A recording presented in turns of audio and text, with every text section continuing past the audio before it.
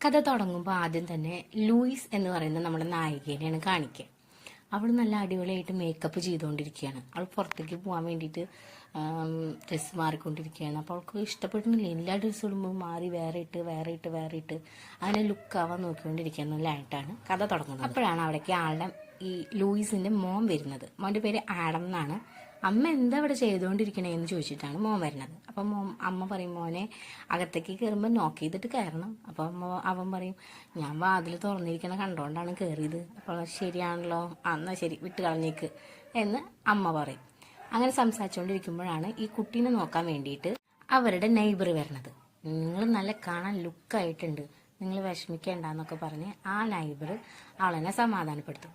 നിങ്ങൾ പോയിട്ട് വായോ, എൻജോയ് ചെയ്തിട്ട് വായോ, കുറേ കാലമായില്ലേ പുറത്തൊക്കെയൊക്കെ പോയിട്ട്, ഇനി ഒന്ന് എൻജോയ് ചെയ്തിട്ട് വായോ, മോൻ്റെ കാര്യം ഞാൻ ഏറ്റുണ്ട് എന്ന് പറയും. അങ്ങനെ സന്തോഷമായിട്ട് അവൾ ഡ്രസ്സൊക്കെ